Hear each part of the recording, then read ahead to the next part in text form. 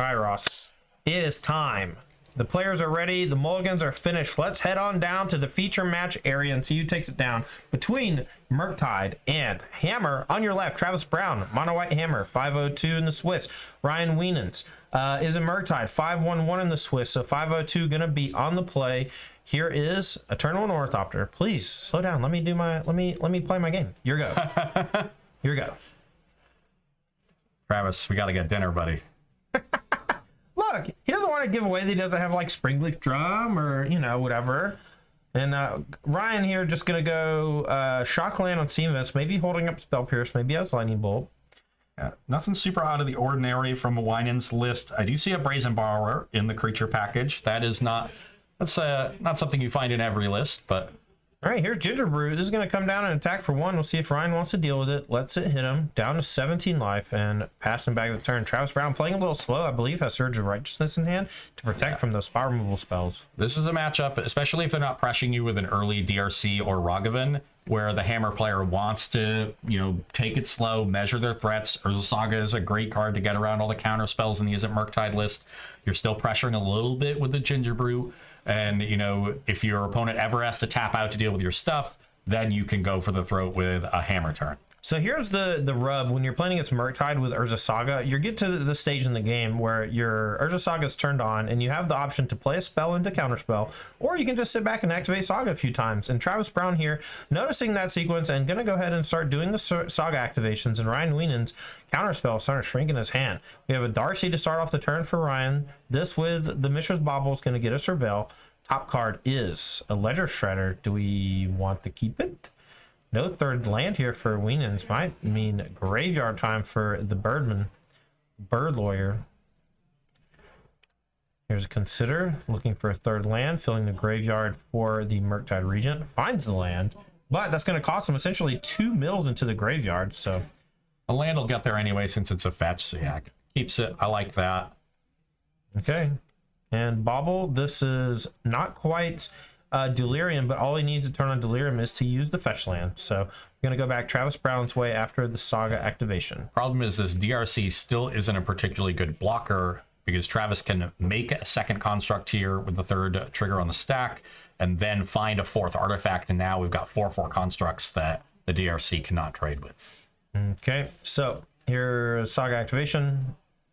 This Saga goes and gets any artifacts, any at all. Wouldn't be surprised to see a Hammer here, especially if there is a Pure Snow Paladin in Travis Brown's hand. Yeah, I would maybe... Ooh, Springleaf is great, especially with the Surge in hand to protect. So wants extra mana here. That makes perfect sense. Has a Hammer in hand, so can deploy it to attack for 5, and that'll make those Urza Saga tokens rather formidable. With the fetch on Winan's side, that's probably going to bring him to 15 at some point. So now your 5/5s, clock your opponent a lot faster than 4/4s do. Could also just play Stoneforge Mystic now that actual counterspell isn't at the ready.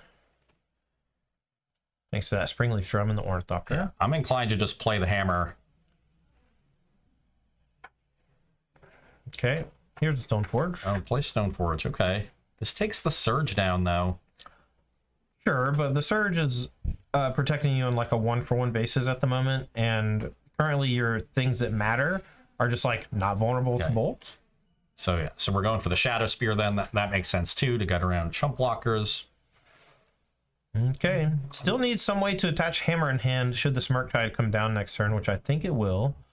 And we'll see how we want to attack. I think an attack for 4 seems good. But how big is that Murktide going to be? There's only 2 instants and sorceries in the graveyard right now for Winans. If he goes like iteration into it, maybe you can get it to a 6/6. Sure. That still might just be trading for a construct. Especially if it's got a Shadow Spear attached to it, So things looking pretty good in my estimation for Travis Brown here. You're really seeing the power of Urza's Saga. Just a single card generating such a huge advantage with these 2 constructs and Springleaf Drum. Gave him some mana early. Really just such a strong card. Be better if it was black bordered, but to each their own. All right. I'm just going to ignore that. I actually really like all the white border stuff. When people like lean into it with altars and stuff, I know you hate it, but I just think it looks okay. The 7th, so I can deal with white bordered lands if you're playing fetch lands, but Travis Brown's So what's with these 7th edition basics? Okay, so I don't know exactly when you started Magic. What was your first set? Let me ask. Odyssey. Odyssey. Okay, so you're pretty old school. I only had a few sets on you before that. I'll say this: when I was growing up, white border cards were like really looked down upon. But as someone who's like buying 7th edition and 8th edition stuff and like having to buy white border cards to actually just like compete, I thought it was silly that they were just like thought of as lesser. But it makes sense, right? Because they were trying to like do reprints but make the old versions like maintain their value. Yeah, it's all because of Chronicles. Right, but now it's just like a stylistic choice if you want to like white border your new cards, because they don't even print cards in white border anymore. Sure. Sure. If you want to do it, do it. I'm not going to like it. That's fine. All right, we're going to iteration first. That's what Ross was saying would be a way to get Murktide region up to snuff. We can fetch up an island and go ahead and cast it, but that would make the Darcy smaller, and you might want to attack first for 3 before you shrink it. Might want to use it as a jump blocker next turn too, though. Yeah, because once you play this Murktide, that's a 1/1 DRC. Then we just have land, creature, artifact. We might even have to exile more than that. I'm not sure how many total cards there are in the graveyard for Ryan Winans. All right, really thinking about it. Has a Ledger Shredder that they can cast as well. They can also hold up, Unholy Heat, or just cast it. Here's an attack for 3. This is forced attack from the ability. Now we'll see if Winans wants to do anything else and just passes the turn, but he's going to get absolutely battered by the Surge of Righteousness because his plan was to go for an Unholy Heat on one of these creatures. Yeah, and he's thinking I want to do it on the one that gets equipped, but could have gone for the Unholy Heat when Travis was tapped down and played around the Surge, so he's going to be kicking himself probably at the end of this turn. Excuse me, Surge of Salvation. Yeah. Travis Brown here has a lot of potential damage coming through and protection. We're going to activate Stoneforge Mystic.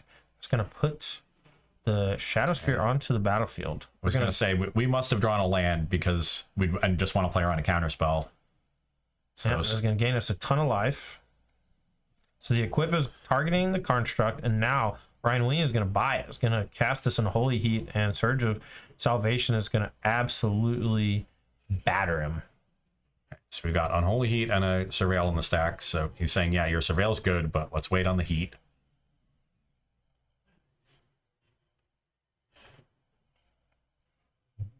Did we drop it on the ground?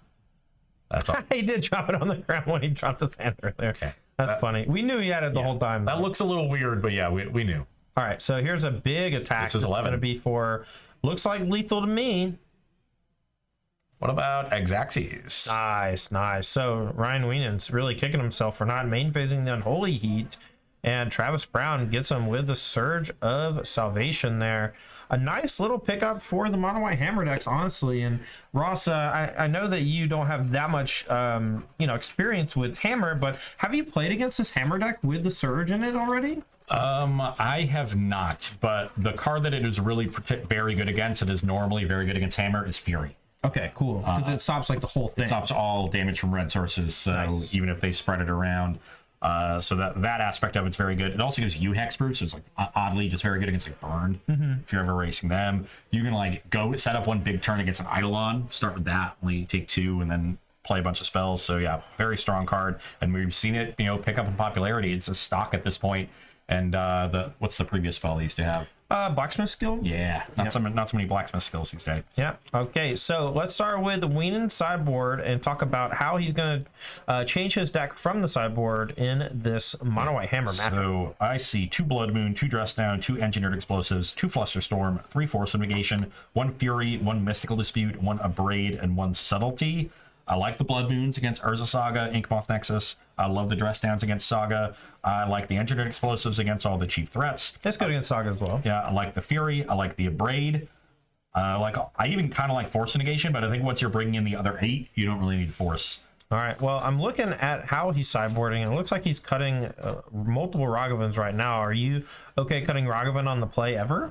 I love keeping Raghavan in this matchup. I think it's actively one of your best ways to answer Esper Sentinel. Okay. They either have to trade for it and you get a 1-for-1 trade with their 1 mana card, or they give you a bunch of treasure and you start paying for the Esper Sentinel. Yeah, but what if they cast Midnight? Most lists don't have a lot of Mem Knights these days. That's fair. That's fair. All right. So from the other side of things, how is the mono white hammer deck going to be sideboarding this game? So I see in Travis Brown's list, by the way, 0 Mem Knights, but 4 Drannith Magistrate, 2 Mana Tithe, 2 March of Otherworldly Light, 2 Orvar the Allform, 1 Pithing Needle, 2 Solitude, and 2 Surge of Salvation. Really like the Solitudes and the Surges. There are 2 Solitudes in the main, by the way. That's why you saw that Amiria's Call in the mana base. Oh, gives you extra white cards extra for white spell that counts as a Solitude. land. Yeah, so I like Solitudes. I like Surges. Not sure how much I like March or Mana Tithe. I think the Izzet deck is low enough to the ground that Mana Tithe isn't going to work that well, especially on the draw. No, I agree. I think I might bring it in on the play. I'd just rather have Surge and Solitude, and I don't want to over sideboard in this matchup. All right, sounds good. Well, as the players here are finishing up their sideboarding here after game number 1, we have Blue-Red Murktide down a game, going to be on the play here for game number 2. Shout out to our sponsors for the Apex Gaming series. We have Ultimate Guard giving us tons of swag to give away, not only to the top 8, but also on our prize wall. Shout out to G Fuel Energy Formula for keeping us hydrated and energized through these long days. And last but not least, big shout out to our folks over at Wings Etc. Grill and Pub. We will see you in about 2 hours. Hopefully less. Hopefully less. Hopefully the top 8 is just the fastest top 8 ever recorded in human history. I want to see so many turn 2 Goro's Vengeance kills. Yeah. The more Goro's Vengeance kills we see, the more wings I get to eat before they close. Okay, on the play here for the Izzet Murktide deck, definitely something that's very important in this matchup. You know, the power of the hammer deck is not just in being this all-in, kill you on turn 3, maybe turn 2 kind of deck. It's in threatening the ability to do that and forcing your opponent to play scared, and then constantly just kind of pushing just enough to keep them on the back foot until eventually their defenses collapse. And you're able to do that with card advantage from Stoneforge Mystic, with Urza's Saga, with the threat of Inkmoth Nexus that comes around, and you know, all of these cheap spells combined with these forms of card advantage, so you just never really fall behind. But when the Izzet deck is on the play, it also has this really low curve. You're able to sort of stay ahead of things like Esper Sentinel. You're able to put pressure on them with a Murktide Regent or a Dragon's Rage Channeler, and then be able to sort of steal the initiative in these games. So look for Ryan Winans to take a little bit more of an aggressive posture so that he forces his opponent to be the one who is playing more reactively, and that's when he can find himself or navigate himself into positive tactical trades. Now, game 1, what ended up happening was he didn't have that turn 1 play and was also on the draw with like Spell Pierce and Holy Heat. Never really cast the Spell Pierce and waited until like 4 or 5 turns later to play the Unholy Heat. And not having one of those threats early to leverage all of that cheap interaction like Spell Pierce, Unholy Heat, Lightning Bolt. That usually when you have like a Ragavan, you're like super juicing those cards because you're like increasing your board advantage while interacting with your opponent. And that honestly is the strength of Izzet Murktide and all these like tempo decks that are mirrored after Murktide across every format. Yeah, does look like Ryan Winans boarded out all or some of his Ragavans. So not going to be able to get ahead with the monkey, but does have 2 Dragon's Rage Channelers in the hand. Nice. Those will be excellent early plays if you can just trade with the first few threats from Travis Brown and then turn the corner very quickly. All right, Travis Brown's mono hammer deck is on the mulligan here, down to 6 cards. We'll see if he can find a keepable 6 or goes down to 5. Up a game though, so still has 1 to give. If this opener's bad, don't mind going to 5. See, Giver of Runes, Sigarda's Aid, Forge Anew, Amiria's Call. Looks like a second Sigarda's Aid. Looks pretty solid, Ann. I keep. Yeah, just doesn't have the equipment yet. Puts the second Sigarda's Aid down, but he might have a hammer though. Okay. In which case his hand is excellent. So that shock from Winans going to put him down. Is it Winans? I'm guessing it's Winans. All right, so I'll just say Winans. I've been saying it differently every time, I think. Here is Fetch, Shock, Steam Vents. This is going to be a Darcy turn 1 more than likely. And Ryan's going to try to ride that to victory through a couple pieces of cheap interaction. See if it's good enough.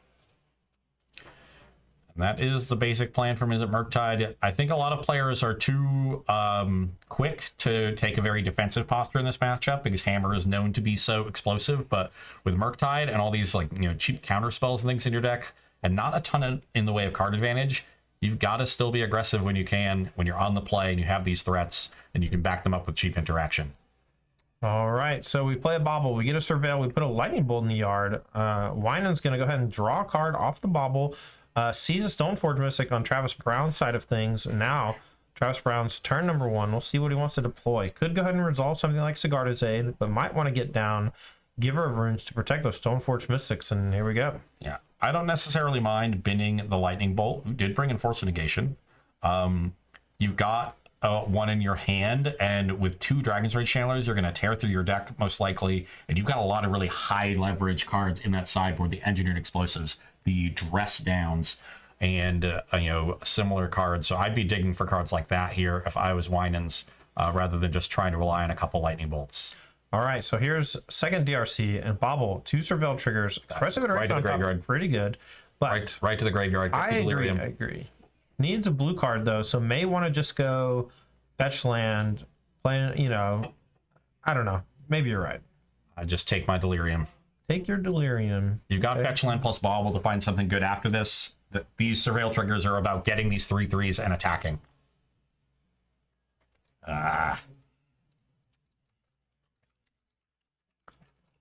All right, well, wants to protect himself. Is going to draw the blue card for the Force Negation. Has Lightning Bolt. Can go ahead and throw that on the Giver of Runes at any time.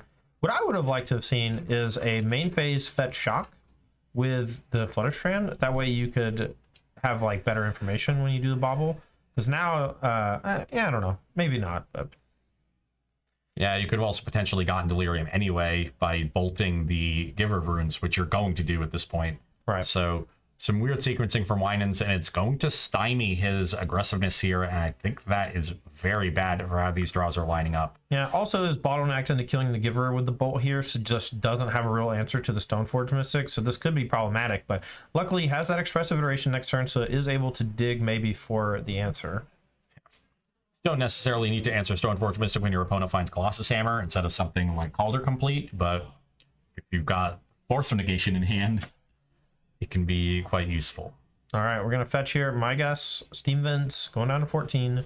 And then we're going to bolt the Giver of Runes to get it off the table. Giver of Runes not being able to protect itself is really what separates it from Mother of Runes in Legacy. Maybe my favorite card ever printed. Absolutely adore Mother of Runes. Giver of Runes, not as scary. Still good, though. Well, now you got a third one. You got Skrelv. Yeah, Skrell's sweet, too, though.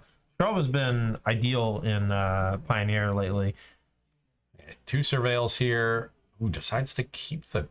I was thinking about the Dress Down. I think he's going to keep the Dress Down just because it's a blue card for the Force and it allows him to go for the expressive iteration this turn. Yeah, you're going to get Delirium with the iteration anyway, so that's fine. You also are looking at an Urza Saga on the other side of the table, so if your opponent decides, I want to start making constructs, you've got the answer to it. Mm-hmm. And you have Force Negation to cover up the like Sigarda's Aid angle too. So plays the land first. That could end. That's awkward with iteration. Well, maybe his plan is not to cast iteration this turn, but doesn't have Delirium otherwise. So yeah, you got to start attacking. All right, we're gonna surveil. Graveyard order doesn't matter, Travis. Yeah, but it's still on the stack. I don't know. Do your things right. Iteration down. Second surveil. Consider. That's got to go to the graveyard too, probably. Could keep it because the iteration allows him to cast it smoothly. Yeah, it guarantees he can get 2 cards. Yep. So that Unholy Heat, Spell Pierce, and a land. So could just go Unholy Heat your Stoneforge Mystic and put Spell Pierce in hand for later. Yeah. Unless he really needs the land. Yeah, because then the Pierce easily pitches to the Force Negation. Mm-hmm. Then you get the whole Dress Down for later. Yep.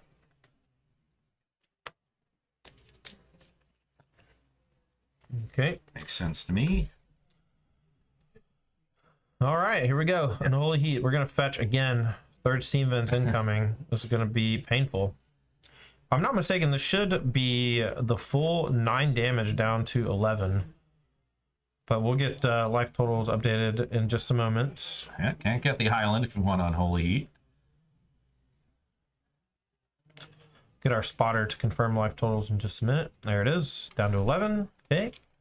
Now this Unholy Heat, 100% to go to the Stoneforge Mystic. We're going to get 2 more surveils. So many triggers.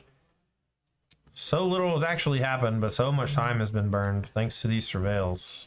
And Ryan waiting to get Delirium here means that this is an attack for 6. This is still a 4-turn clock. If we had gotten one attack for 3 in.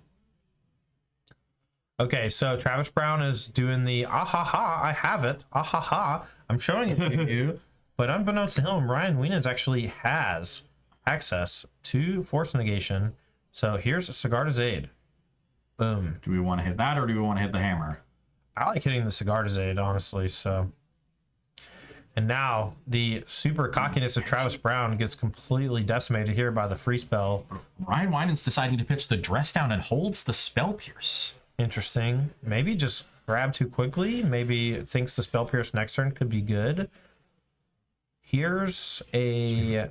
So we have Hammer, Surge, and another card in hand for Travis Brown. Yeah, I'm not sure what it is. It kind of looked like the alternate Stoneforge Mystic, but I feel like that would have just been 100% cast here. Back for 6. And can you kill me or produce a blocker? Well, one turn got shrunk by the deal 3 with the Emiria, right? Yeah. Getting a little punished for that mana base, but Travis is moving very quickly. It seems like he's got a play he likes. So I see Hammer. If he drew like a Cigar de Zade, or if he drew Pure Steel Paladin, maybe he has the kill here thanks to the Surge of Salvation. Paladin he'd need another artifact for. Okay. Well, Hammer off the Saga has a mana floating, and he has Hammer in hand. We could have found Shadow Spear and just equipped and gone to 7. Mm-hmm. Oh, that's the new one. That's we kept the Spell Pierce. Ah, okay. Forge Anew is the cast for Travis Brown, but Ryan Winans getting paid off for that decision. Keeps the Spell Pierce in hand, and that is going to lock up game 2, send us to a deciding game 3 in this matchup. Well, decent sequencing from Ryan there, and having the Force Negation at the opportune time prevents Travis Brown from doing that explosive kill with a Ginger Brute. Thought he had it locked up, but Force Negation took the wind out of his sails, and now it's evened up 1-1, and we're going to be going to a game 3 to see who gets into the top 4 here. I think Travis will be playing this third game a little bit more carefully. Oh, yeah. He saw that Force Negation. Yeah, no more freebies. As they shuffle up here for game number 3, this matchup, you know, Mono White versus Murktide. It's been like 2 of the top 5 best decks in Modern for quite some time. And, you know, as we come to Apex quite a bit to do Modern coverage, we do see this matchup often. And I don't really know who's favored. And that's rare for matchups like this, because normally you would think, oh, this Hammer deck, you know, it's so strong against like red removal because of XYZ. But it just seems like the best players in the room usually pick up Murktide and just dominate with it. I personally like the Hammer side of this matchup, especially with Travis Brown's list having those Solitudes to answer opposing Murktide Regents, which can be a thorn in the side. And Murktide Regent is a powerful enough threat. It lets you sort of cut on other threats to bring in more interaction, make sure you can handle the early stuff, and then just land a Murktide and, you know, turn 3, turn 4, and turn the corner that way. So Solitude cutting that angle off, I think, is very important from the Hammer side and helps the matchup. And otherwise, I just think the Hammer matchup, it adds all these tools to play around, you know, 1 mana interaction. Now, when you have things like Force Negation and, you know, Engineered Explosives that are really powerful cards, you can swing it a bit, but I would still take Hammer overall because I think they're significantly ahead in game 1. All right, players here are shuffling up and drawing openers for game number 3, the final game of our first quarterfinal match. Yeah, that looked like a very quick mulligan from Travis Brown. Did not like his hand at all. Likely a very mana heavy or mana light hand. Murktide looking over the 7, seeing if they like it. I see a lightning bolt peeking out, a steam vents. So we have at least a little bit of interaction and at least 1 land. That's probably. I saw a Fury too. There's 1 Fury in the sideboard. Okay. All you need is 1. Yeah, there it is.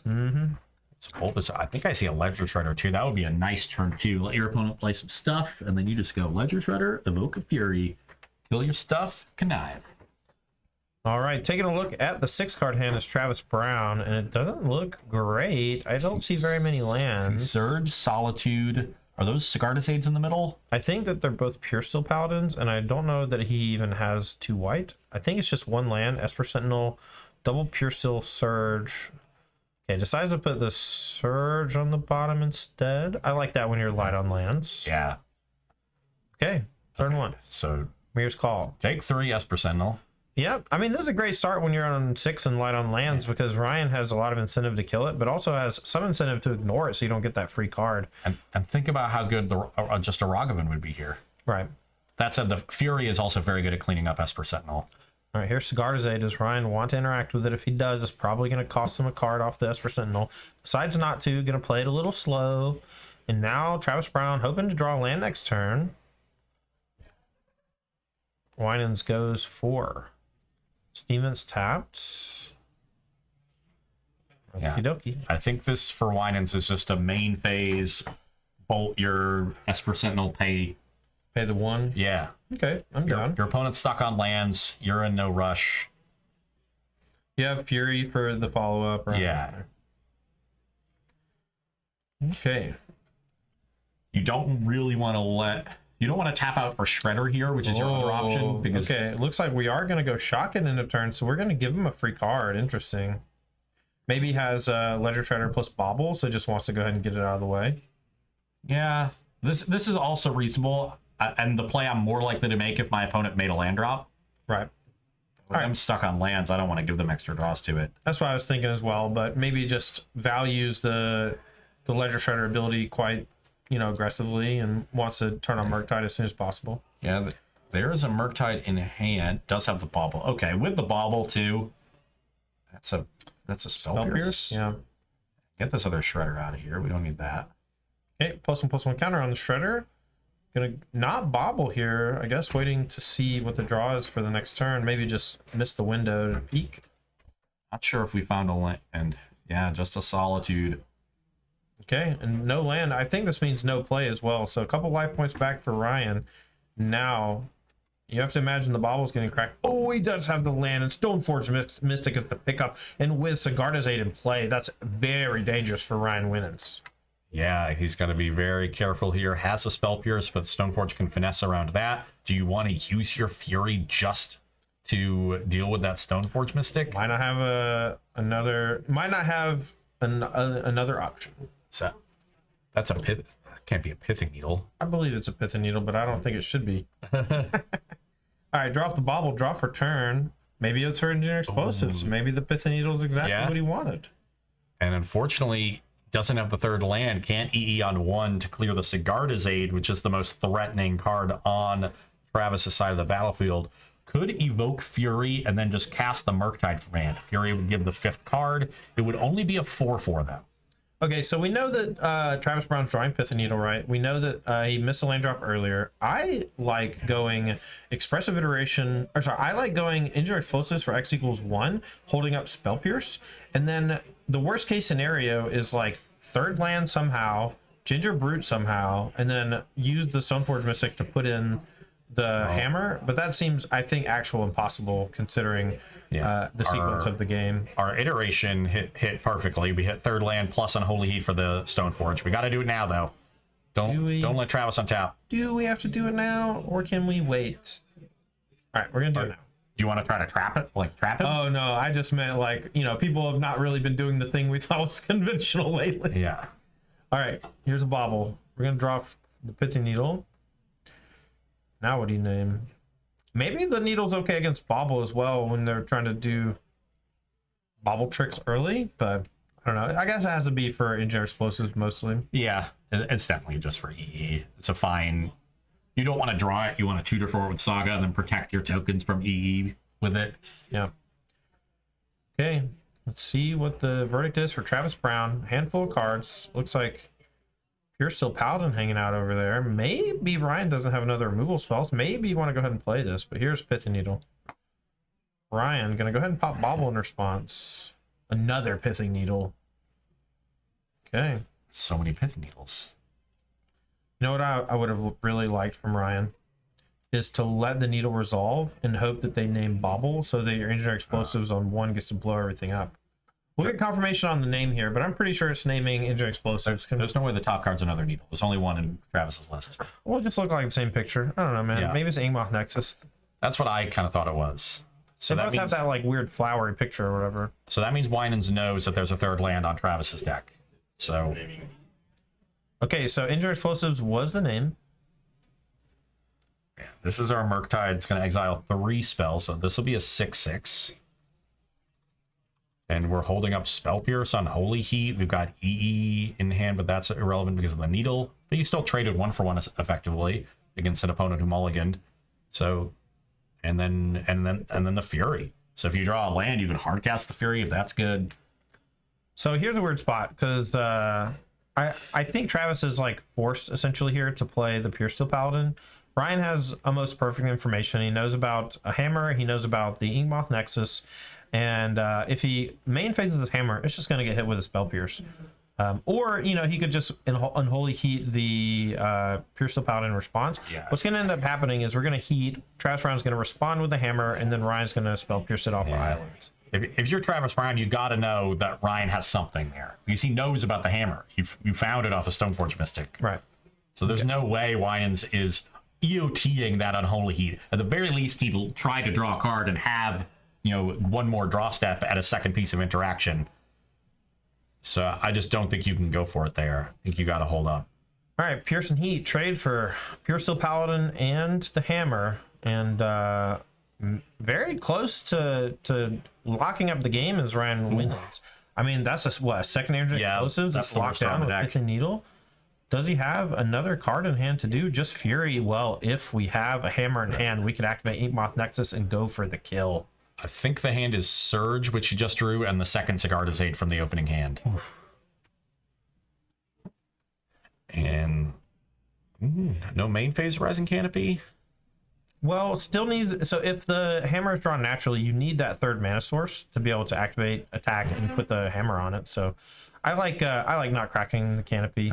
Murktide drops Travis to 3. We've just drew a Dragon's Rage Channeler. Not sure if there's Delirium there. I think there is, because I think we have Creature Land, Artifact, and now the Unholy Heat and Spell Pierce to make instant. Okay, Darcy here Yep, is Delirious ?